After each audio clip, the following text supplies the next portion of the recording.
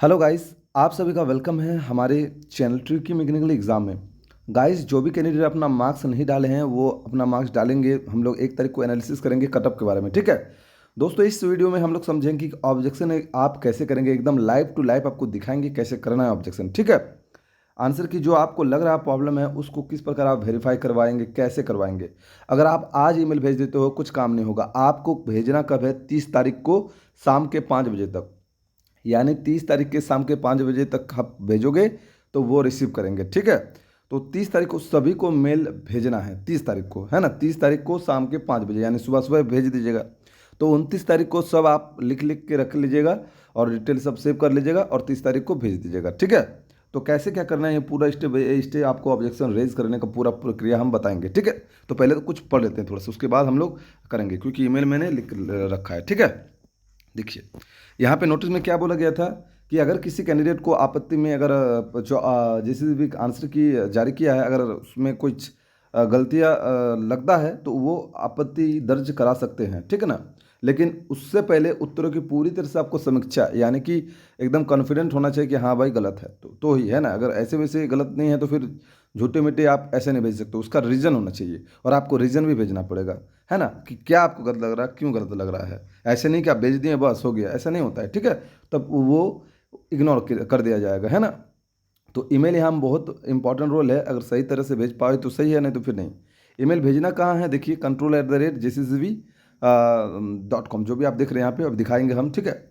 और भेजना कब है? देखिए, दिनांक 30/10/2022 के उपरांत 5 बजे तक, है ना, भेजना है, ठीक है ना। तो आप आज से भी भेज सकते हो, कोई दिक्कत नहीं। अगर भेज दो तो कोई दिक्कत नहीं, क्योंकि यहाँ पे ऐसा बोला नहीं गया कि आप 30 तारीख को है, क्योंकि दिनांक इतना इतना के उपरांत 5 बजे तक भेज सकते हो। तो यानी कि हो सकता है आंसर के भी आप देख लियो, दे सकते हो। या फिर अगर कोई रांची जा सकते हो तो रांची जाके आप यहाँ पे देखो, टुपुडाना ये एड्रेस दिया हुआ है, यहाँ पे जाके हाथों हाथ अपना दर्ज करा सकते हैं। तो आइए, ईमेल को कैसे लिखना है, क्योंकि बहुत भाइयों को पता ही नहीं है ना, फिर भी हम यहाँ पे दिखा देते। चलिए, मैं सब कुछ लिख कर रखा, अपना ईमेल खोलना है। आपको ईमेल खोलना है, यहाँ पे कंपोज लिखा हुआ है, देख सकते हैं। कंपोज में क्लिक करना है। जैसे आप कंपोज में क्लिक करेंगे आपका मैसेज बॉक्स खुल जाएगा। और लिखना कैसा है आइए देख लीजिए। देखिए, मैं डेमो लिख के रखा हूँ, ठीक है। इसको मैं नीचे कर देता हूँ। देखिए क्या करना है। अब देखिए, यहाँ पे मैंने लिख के रखा है। देखिए, यहाँ पे फ्रॉम में आपका रहेगा, तो ये तो आपका ईमेल रहेगा जो आपका ईमेल है। दूसरा जो है, देखिए, टू में किसका रहेगा? बोर्ड का। यही ईमेल है, जैसे कि controller.jcecb@gmail.com, ये उनका है, ठीक है। और यहाँ पे सब्जेक्ट, ये सब्जेक्ट में आप क्या डालेंगे? रुकिए, ये थोड़ा सा दिख नहीं रहा है, इसको मैं थोड़ा सा कलम अच्छा वाला ले लेता हूँ, है ना, ताकि दिखे। हाँ चलो भाई, ये दिखेगा, है ना। तो ये देख सकते हो, ये जो है ये सब्जेक्ट में है। सब्जेक्ट में आप क्या लिख रहे हो? आंसर की क्लेम, क्योंकि आप जो है आंसर की क्लेम कर रहे हो। आंसर की ऑब्जेक्शन रेज भी आप लिख सकते हो, जो भी आपका मन कर रहा है आप लिख सकते हो, थोड़ा बहुत आप समझ के, है ना। यहाँ पे मैंने थोड़ा सा एक यहाँ पे मैसेज बॉक्स में थोड़ा सा क्या लिखा है, देखिए। Sir, I have checked answer key provided by GCCB, ठीक है, and found wrong answers of following given below questions. मतलब क्या है कि मैंने जेसीसीबी का जो आंसर आया था उसको चेक किया और कुछ क्वेश्चन जो है गलत पाया गया, और जो कि नीचे दिया हुआ है। एक ही लाइन पे लिख दिया, क्योंकि ज़्यादा बड़ा लिखूंगा नहीं, एक लाइन पे ही समझ जाए। तो नीचे ये क्वेश्चन का लिस्ट दे दिया। क्या है? नंबर 1 को, नंबर 1 में क्या है? Question number 50। क्वेश्चन नंबर 50 सेट ए। देखिए दोस्तों कैसे लिखना है। Question number 50 set A. Question number 1 हुआ, आपको लग रहा है गलत है, तो question number A, set B, set D, जो भी आप लिख सकते हैं। इस प्रकार जितने भी क्वेश्चन होगा सेम टू सेम आप लिखेंगे, ठीक है। मैं तो एक क्वेश्चन का दिखा रहा हूँ। अब देखिए डिटेल में क्या लिखेंगे। वहाँ पे डिटेल में क्या लिखेंगे? Correct answer is option C. मैंने लिखा correct answer is option C, but JCB answer is given option D. मतलब करेक्ट आंसर जो होगा वो सी होना चाहिए, लेकिन जेसीबी ने उसका आंसर डी दिया, है ना। आप इसको एक बार फिर से मैं दिखा दे रहा हूँ, आप स्क्रीनशॉट लेकर रख लीजिएगा।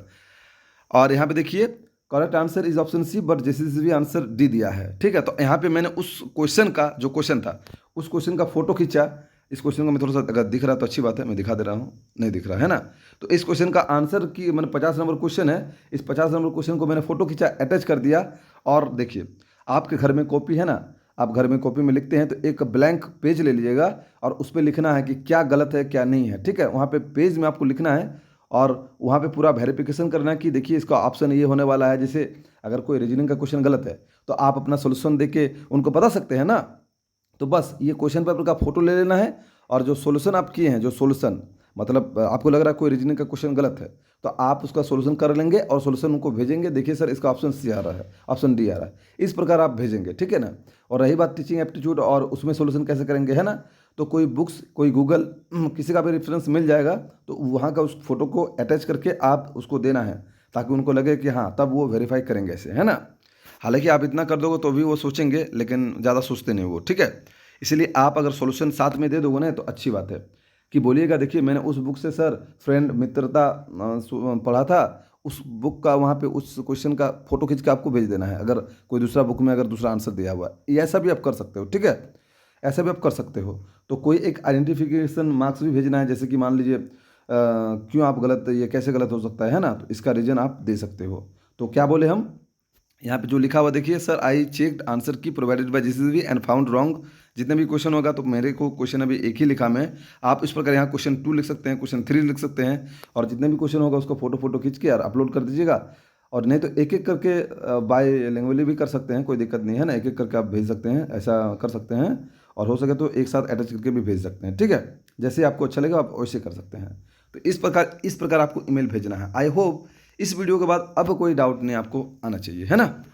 हाँ, मैंने अभी भी बोल दिया कि आप इतना दूर कर लिए, एक आपको सॉल्यूशन वाला आप अगर लग रहा है कि कोई रीजनिंग क्वेश्चन गलत है, तो आप सॉल्यूशन कीजिए उसका, और सॉल्यूशन कीजिए, सॉल्यूशन को अटैच कीजिए। अगर रीजनिंग है तो हो जाएगा, सॉल्यूशन तो आप बना लोगे। लेकिन अगर टीचिंग एप्टीट्यूड मान लो कोई आपको लग रहा है, जैसे कि एक दिया था कि छात्र जो है कैसे व्यवहार करता है स्टूडेंट के साथ, तो नेता, तो किसी को लग रहा है जो कोई बुक में सर मित्रता पढ़े हैं, कोई बुक में सर नेता पढ़े हैं, तो भैया जो बुक में मित्रता दिया है आप उसमें डालिए और उसको भेज दीजिए, और जो कैंडिडेट नेता पढ़े हैं वो छोड़ दीजिए, क्योंकि नेता तो दिया ही हुआ है आंसर, है ना। तो उस प्रकार आप उस बुक्स का जो है सॉल्यूशन जो है, आप सॉल्यूशन को कॉपी कीजिए, है ना, कौन सा बुक से लिया गया थोड़ा बहुत उसमें लिखिए और उसको अटैच कर दीजिए, है ना, तब कि उसको लगे, तब वो सोच के करेक्शन करवा देंगे, ठीक है। और जैसा भी होगा, जब आंसर की फाइनल आएगा तो वो जो भी गलत लगेगा उनको वो चेंज करके 30 तारीख को एक एक मतलब फर्स्ट वीक ऑफ नवंबर को शायद दे देगा, है ना।